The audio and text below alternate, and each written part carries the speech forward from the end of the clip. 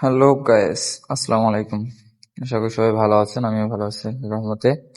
তো এখন যে ভিডিওটা নিয়ে আসলাম আপনার সামনে, সেটা হচ্ছে রড কিভাবে আপনারা বান্ডিং করবেন। অনেকেই আছে আমরা নতুন আসছি কাজে, তো কাজে আসে আমরা বান দিতে পারি না, এর জন্য মিস্ত্রির অনেক বকাঝকা শুনি, অনেক গালিগালাজ শুনি। হ্যাঁ, তো আজকে আসছি রড মিস্ত্রির বাঁধ সম্পর্কে বিস্তারিত জানার জন্য। তো ভিডিওটা শেষ পর্যন্ত দেখুন, ঠিক আছে? চলেন। যে বানটা দেখলেন, এই বানটা হচ্ছে হাতের বান। হ্যাঁ, এটা খুব সহজ একটা পদ্ধতি। আর এখন যে বানটা দেখবেন, এটা হচ্ছে অন্য স্টাইলের বান। ঠিক আছে?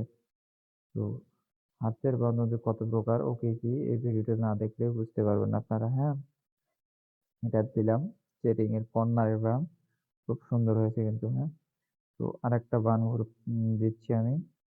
এই বানটা হচ্ছে কি, যে রিংটা যাতে এদিক ওদিক না যায়। হ্যাঁ, আর অন্যদিকে যাতে চাইতে না যায়, সঠিক জায়গায় বসে থাকে। এই যে একটা বান দিতেছি, এই বানটাও কিন্তু খুব সুন্দর বান। বানগুলো অবশ্য ভালো লাগবে। দেখো, এই বানটা দিচ্ছে হাইকা দিয়ে। আমরা আমাদের গ্রামে বা আমাদের এদিকে এটাকে হাইকা বলে, এই যন্ত্রটাকে হাইকা বলে বেশিরভাগ।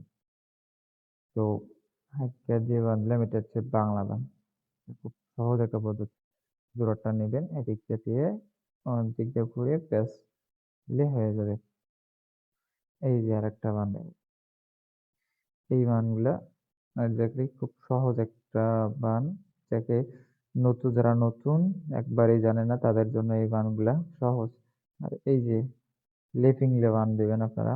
তো লেফিংলে বাঁধার সময় একটা পেঁচ অবশ্যই দিবেন, যাতে রডটা একটু চাপ থাকে। অনেকেই আছি আমরা বান দেই, কিছু সিঙ্গেল পেঁচ দিয়ে বান দেই, পরবর্তীতে হয় কি, ওটা বানটার সাথে সাথে আমাদের ইয়েটা নাইমা যায়। তো এই বানটা দিলে না, আমার অত রিস্ক নাই, সব সময় ভালো থাকবে, ভালো কোয়ালিটির একটা বান হয়ে যাবে। এই যে বানটা দেখেন আমি কিভাবে ঘুরাচ্ছি, খুব সুন্দর কিন্তু এই বানটা, দেখেন ভালো করে। তো ভিডিওটা ভালো লাগলে লাইক কমেন্ট শেয়ার করবেন।